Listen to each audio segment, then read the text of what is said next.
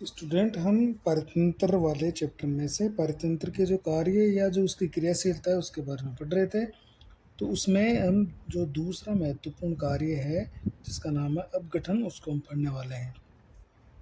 तो अपघटन क्या है, जिसको अंग्रेजी में अपन बोलते हैं डीकम्पोजिशन। तो अपघटन में होता क्या है कि जो जटिल कार्बनिक पदार्थ होते हैं मृत जीवों के, चाहे वो पादप हो या जंतु हो, उनके मृत शरीर या शरीर के जो अवशेष होते हैं, उसके जो जटिल कार्बनिक पदार्थ होते हैं उसको अपघटित करके सरल अकार्बनिक पदार्थों में चेंज किया जाता है, वो अपघटन की प्रक्रिया होती है।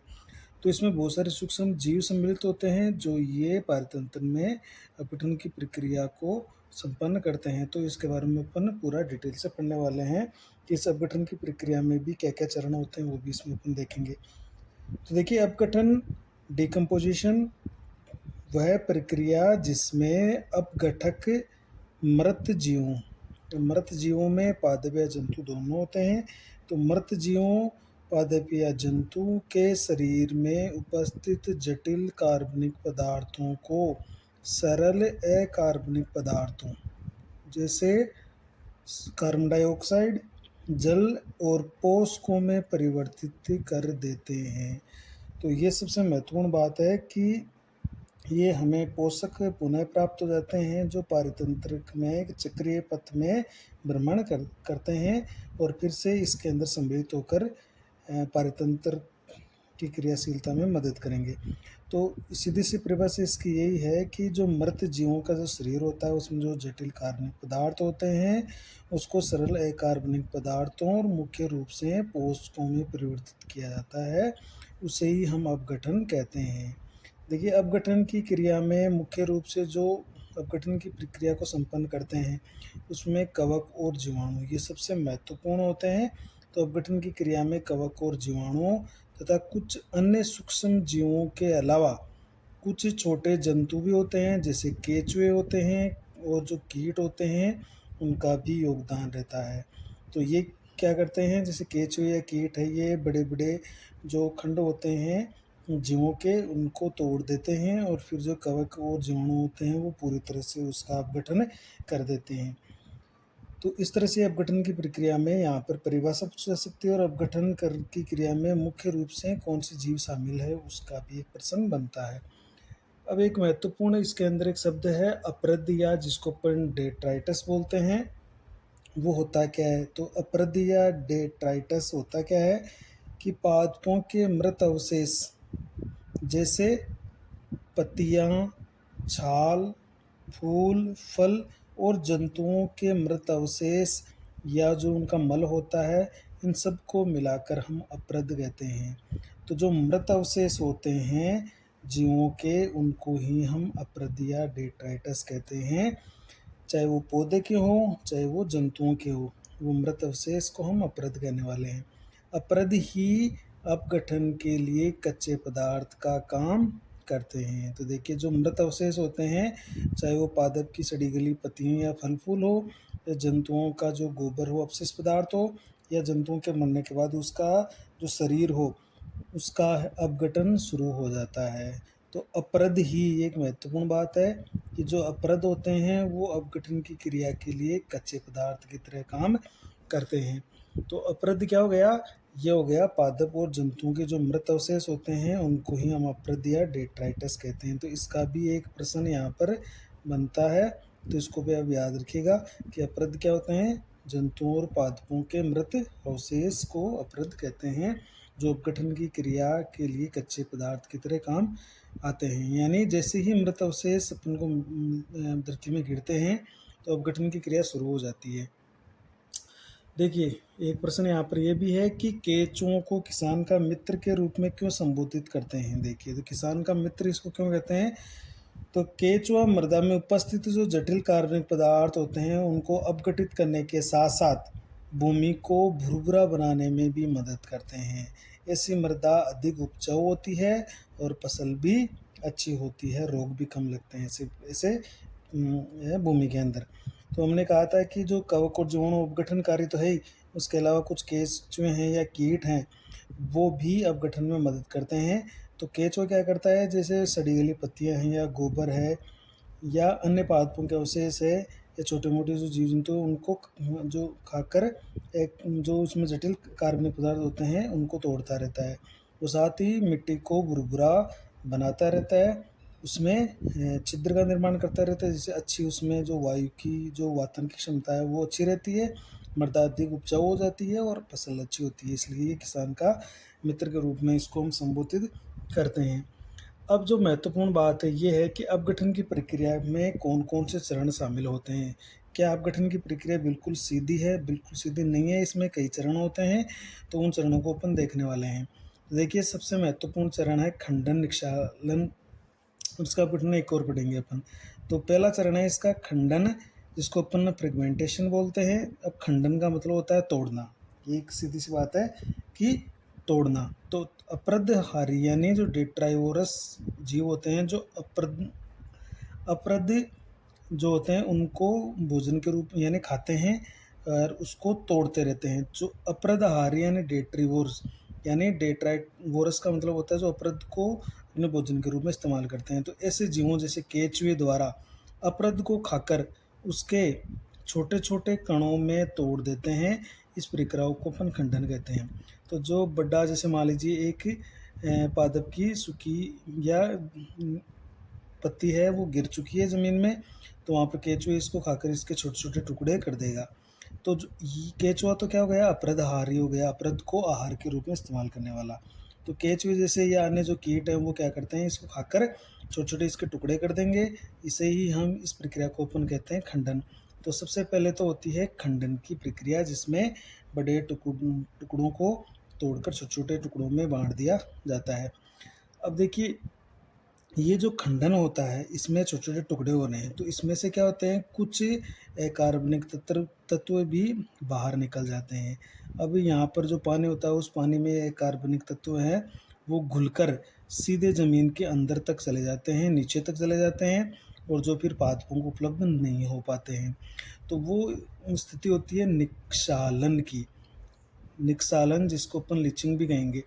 तो ये तो हो गई खंडन। दूसरी प्रक्रिया होती है निक्षालन या लीचिंग। देखिए, तो खंडित लीचिंग क्या होता है कि खंडित जो अपृद्ध होता है जिसको छोटे छोटे टुकड़ों में भी हम अपन बांट रहे हैं केंचुए के द्वारा, तो खंडित अपृद्ध के कुछ भाग जल में घुल जाते हैं। देखिए, क्योंकि जब ये छोटे छोटे टुकड़ों में टूटता है तो इसमें कुछ अकार्बनिक तत्व भी बन जाते हैं और वो जल में घुल जाते हैं। तो खंडित अपृद्ध के कुछ भाग जल में घुल जाते हैं, जैसे कुछ अकार्बनिक खनिज तत्व है, कुछ जो शर्कराएं होती है वो आदि ये पानी में घुल जाती है। और ये ऐसे जल विलेय जो अकार्बनिक पोषक है जो पानी में घुल चुके हैं वो जल के साथ भूमि के निचले स्तरों तक चले जाते हैं, जहाँ ये अनुपलब्ध लवणों के रूप में अवक्षेपित हो जाते हैं, यानी अवेलेबल नहीं होते हैं पौधे के लिए, पौधे को ये उपलब्ध नहीं हो पाते हैं और ज़मीन के अंदर निचले स्तरों तक पहुँच जाते हैं। तो खंडन की प्रक्रिया होती है तो तब कुछ ऐसे तत्व बन जाते हैं जो निक्षालन की प्रक्रिया द्वारा ज़मीन के नीचे तक चले जाते हैं। ये वही बात है कि जब अपन धरती के अंदर हुमरस खूब होता है या अपन खाद डालते हैं, गोबर खाद, लेकिन उसमें जब बहुत ज़्यादा अपन पानी डालते हैं, सिंचाई करते हैं, तो वो सारे खनिज तत्व वो पानी के साथ ज़मीन के निचले स्तरों तक चले जाते हैं। तो सिंचाई भी एक उपयुक्त मात्रा में अपन करते हैं ताकि जो खनिज तत्व वो पानी के साथ नीचे तक न पहुँचे। तो निक्षालन की प्रक्रिया क्या होती है, जो कुछ अकार्बनिक पोषक तत्व होते हैं वो जल में घुलकर भूमि के नीचे तक पहुंच जाते हैं, उसे अपन निक्षालन कहते हैं। और ये जो तत्व नीचे चले गए हैं वो वापस पौधों को प्राप्त नहीं हो पाते हैं। अतः हम इसको इस तरह से कह सकते हैं कि जल में घुलनशील खनिज पोषक जो जल में पूरी तरह से घुल चुके हैं उनका भूमि के निचले स्तरों तक पहुंचना ही निक्षालन कहलाता है। तो जैसे ये भूमि है, यहाँ पर कोई पौधा लगा हुआ है, उसकी जड़ें हैं यहाँ पे, और कुछ खनिज तत्व जो भूमि के ऊपरी सतह पर होते हैं वो पानी के साथ घुलकर मृदा के निचले स्तरों तक पहुंच जाते हैं, तो ये पौधे को उपलब्ध नहीं हो पाते हैं। तीसरी जो महत्वपूर्ण होती है वो है अपचय या कैटाबोलिज्म। तो अपचय में क्या होता है कि इसमें जो एक तरह से ये अपघटनी है, इसमें जो अकार्बनिक तत्व होते हैं वो बनने लगते हैं। तो जीवाणुओं और कवकों द्वारा स्रावित एंजाइमों द्वारा खंडित जो अपरद होता है उसको सरल अकार्बनिक पदार्थों में तोड़ने की प्रक्रिया को अपचयन कहते हैं। मतलब जैसे मान लीजिए कि पत्ती है वो गिरी है पौधे से, इसके केंचुए वगैरह लग गए हैं, इसको छोटे छोटे टुकड़ों में तोड़ दिया है तो ये खंडन हो गया है। अब इस खंडन के साथ क्या होता है, कुछ खनिज तत्व भी बन जाते हैं, अकार्बनिक तत्व भी बनते हैं और वो पानी के साथ घुलकर नीचे चले गए, तो वो निक्षालन हो रहा है। इसके साथ साथ अब ये जो खंडित भाग है इसका होता है अपचय, मतलब यहाँ पर कुछ जीवाणु और कवक पैदा हो जाते हैं जो कि कुछ एंजाइम का स्राव करते हैं और इसको इन खंडित पदार्थों को और बारीक बारीक टुकड़ों में तोड़ते हैं। तो यहाँ पर भी खनिज तत्व बनते हैं यानी कार्बनिक तत्व बनते हैं और इसमें से भी कुछ पानी के साथ घुलकर भूमि के निचले स्तरों पर चले जाते हैं यानी निक्षालन की प्रक्रिया वो आगे भी चलती रहती है और कुछ यहाँ पर जो भूमि के ऊपर सतह पर रह जाते हैं वो पादपों को पुनः मिल जाते हैं।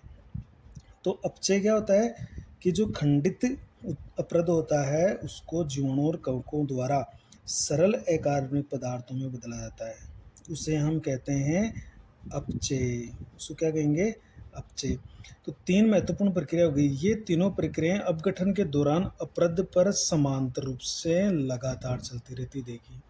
तो ये भी महत्वपूर्ण बात है कि जब भी अपगठन की प्रक्रिया होती है, कोई भी मृत अवशेष या गोबर पड़ा हुआ है ज़मीन में या कोई पत्ती या फल फूल पड़ा हुआ है वो गल रहा है, अपगठन हो रहा है उसका, तो ये तीनों प्रक्रियाएं साथ साथ समांतर रूप से चलती रहती है। इसके बाद में चौथी जो अपन प्रक्रिया वो पढ़ने वाले हैं ह्यूमसफिकेशन या ह्यूमस भवन। देखिए ये क्या होता है, हम देख रहे हैं कि बड़ा टुकड़ा है वो या पत्ती है वो टूटकर छोटे छोटे टुकड़ों में बट रही है, तो उसका फिर अपचयन भी हो रहा है, निक्षालन की प्रक्रिया भी हो रही है। तो उस स्थिति में क्या होता है कि अपगठन से या खंडन से ह्यूमसफिकेशन ह्यूमस का निर्माण होने लगता है। तो ह्यूमसफिकेशन क्या होता है, ह्यूमसफिकेशन द्वारा मृदा में एक गहरे रंग का क्रिस्टल रहित पदार्थ का निर्माण होता है, ये याद रखिएगा। तो जब किसी मृत अवशेष का खंडन होता है तो मृदा के अंदर एक गहरे रंग का पदार्थ बनने लगता है, क्रिस्टल रहित पदार्थ बनने लगता है, उसे हम ह्यूमस कहते हैं। देखिए ह्यूमस कहते हैं उसको। तो ये याद रखिएगा कि जब मृदा में एक क्रिस्टल रहित पदार्थ का निर्माण हो जाता है अपघटन की प्रक्रिया के दौरान तो उसे हम ह्यूमस कहते हैं। ह्यूमस सूक्ष्म जैविक क्रिया के लिए उच्च प्रतिरोधी होता है, मतलब इसका जल्दी से इसका खनिजी भवन या इससे अकार्बनिक पदार्थ नहीं बनते हैं और इसका अपघटन बहुत ही धीमी गति से चलता रहता है। जब ह्यूमस बन जाता है तो इसका अपघटन बहुत ही धीमी गति से धीरे धीरे होता रहता है और इससे अकार्बनिक पदार्थ बनते रहते हैं। ह्यूमस की कोलाइडी प्रकृति होने के कारण यह पोषकों के भंडार की तरह काम करता है। देखो तो पोषकों को ये अपने अंदर सुरक्षित रखता है ह्यूमस और धीरे धीरे इसका अपघटन होता रहता है और धीरे धीरे अपघटन से जो अकार्बनिक तत्व बनते हैं वो पौधे को भी धीरे धीरे मिलते रहते हैं। इससे भूमि में ह्यूमसफिकेशन जितना अच्छा होगा उसमें पोषकों की जो मात्रा है वो उचित मात्रा में बनी रहेगी। अब ह्यूमस जब बन गया और ह्यूमस से फिर बनते हैं खनिज तत्व यानी कार्बनिक तत्व, तो उसको अपन कहेंगे खनिजी भवन या खनिजीकरण। तो मिनरलाइजेशन यानी जब ह्यूमस पुनः सूक्ष्म जीवों द्वारा खंडित होकर अकार्बनिक पोषक पदार्थ उत्पन्न करता है तो इस क्रिया को खनिजीकरण कहते हैं। देखिए तो ह्यूमस फिर धीरे धीरे विघटित हो रहा है, विखंडित हो रहा है, तो उसको हम क्या कह रहे हैं, खनिजीकरण कह रहे हैं, क्योंकि खनिजीकरण का मतलब है इसमें अकार्बनिक तत्व बन रहे हैं, अकार्बनिक पोषक पदार्थ बन रहे हैं, यानी ह्यूमस फिर से खनिजीकरण के द्वारा अकार्बनिक पोषक तत्व बना लेता है। तो हुआ क्या कि जो मृत अवशेष होते हैं पौधे हो या जो जंतु हो उसका सबसे पहले खंडन हुआ। अब खंडन में भी क्या हुआ, कुछ अकार्बनिक तत्व बने, इसके साथ जो खंडित पदार्थ है उसका क्या हो रहा है, अपचय हो रहा है और अपचय में भी क्या बन रहा है, कुछ अकार्बनिक तत्व बन रहे हैं। साथ ही यहाँ पर क्या हो रहा है, साथ ही यहाँ पर ये प्रक्रिया तो तीनों साथ साथ चल रही है। तो जैसे मृत अवशेषों का खंडन हो रहा है तो वहाँ पर ह्यूमस भी बन रहा है। ह्यूमस क्या होता है, एक क्रिस्टल रहित पदार्थ होता है, क्रिस्टल रहित पदार्थ होता है इसके अंदर अकार्बनिक तत्व मौजूद होते हैं। ये एक भंडार की तरह काम करता है। अब जैसे ही इससे इसका सूक्ष्म जीव अपघटन करेंगे धीरे धीरे, तो इससे वापस खनिज तत्व बनने लग जाएंगे और ये पौधों को मिलते रहेंगे। तो ये एक अपघटन की प्रक्रिया इस तरह से मृदा के अंदर चलती रहती है। तो इसके 4 और 5 पार्ट हो गए। अपने पढ़ लिया है इसका खंडन, फिर हमने इसका पढ़ लिया निक्षालन, फिर अपचय, फिर हुमस भवन और लास्ट में खनिजी भवन या खनिजीकरण। ये प्रक्रिया हमने इसके अंदर पढ़ ली है। और नेक्स्ट देख लेते हैं अपन, अपघटन को प्रभावित करने वाले कारक ये पढ़ लेते हैं कि अपघटन को कौन कौन से कारक प्रभावित करते हैं। तो देखिए, अपघटन की प्रक्रिया के लिए ऑक्सीजन की आवश्यकता होती है, ऑक्सीजन जरूरत है वहाँ पे। तो अपघटन की दर अपरद के रासायनिक संगठन और जलवायु कारकों पर भी निर्भर करती है, ये भी याद रखना है। तो ऑक्सीजन की आवश्यकता होती है। दूसरी अपघटन की जो दर होती है वो अपरद के रासायनिक संगठन, यानी उसका रासायनिक संगठन कैसा है उस पर ये डिपेंड करता है। और वहाँ पर जलवायु जो कारक होते हैं, तापमान है या नमी है या उसमें ज़मीन के अंदर पीएच कितनी है, तो ये भी जलवायु कारकों पर वहाँ पर निर्भर करता है। अपघटन का रासायनिक संगठन का मतलब क्या है? तो देखिए, अपरद में उपस्थित रासायनिक पदार्थों की प्रकृति अपरद की दर को बढ़ा या घटा सकती है। देखिए, रासायनिक प्रकृति बढ़ रही है अपन अपरद की। एक विशिष्ट जलवायु परिस्थितियां होने पर यदि अपरद काइटिन या लिग्निन से भरपूर होता है, या तो काइटिन हो या उसमें लिग्निन हो, तो वो अपघटन की दर बहुत ही धीमी गति से होती है, क्योंकि ये दोनों ही पदार्थ कठोर होते हैं और इससे अपघटन की दर है वो बहुत धीमी गति से चलेगी। यदि अपरद नाइट्रोजन या जल विलेय पदार्थों जैसे शर्करा आदि से भरपूर है, जैसे कोई फल है तो और वो शर्करा से भरपूर है, मीठा फल है, वो गिर गया ज़मीन में, या जो नाइट्रोजनी पदार्थ युक्त कोई अपशिष्ट पदार्थ है, तो उसमें अपघटन की दर है वो तेज़ गति से होती है। तो रासायनिक प्रकृति पर अपरद की दर है वो बढ़ सकती है और घट भी सकती है, ये डिपेंड करता है अपरद की रासायनिक प्रकृति पर। और जलवायु कारक क्या होते हैं? जलवायु कारक में देखिए, अपघटन की दर विभिन्न जलवायु कारकों पर भी निर्भर करती है। कैसे? जैसे ताप और मृदा की जो नमी होती है वो अगर बहुत ही महत्वपूर्ण जलवायु घटक है जो अपघटन की दर को नियमित करते हैं। देखिए, तो टेम्परेचर और मृदा की नमी, ताप कम होने पर देखिए और मृदा में नमी कम होने पर अपघटन की दर बहुत ही कम हो जाती है। यदि ताप कम है, ठंड का मौसम है, मृदा में नमी भी कम है, तो भी वहाँ पर जो दर होती है अपघटन की दर वो बहुत धीमी गति से होती है। गर्म मौसम है और आर्द्र पर्यावरण है, तो अपघटन की दर तेज गति से होती है, ये भी याद रखना आपको। गर्म और आर्द्र यानी नमीयुक्त पर्यावरण हो और गर्मी हो तो अपघटन की दर बहुत तेज गति से चलती है।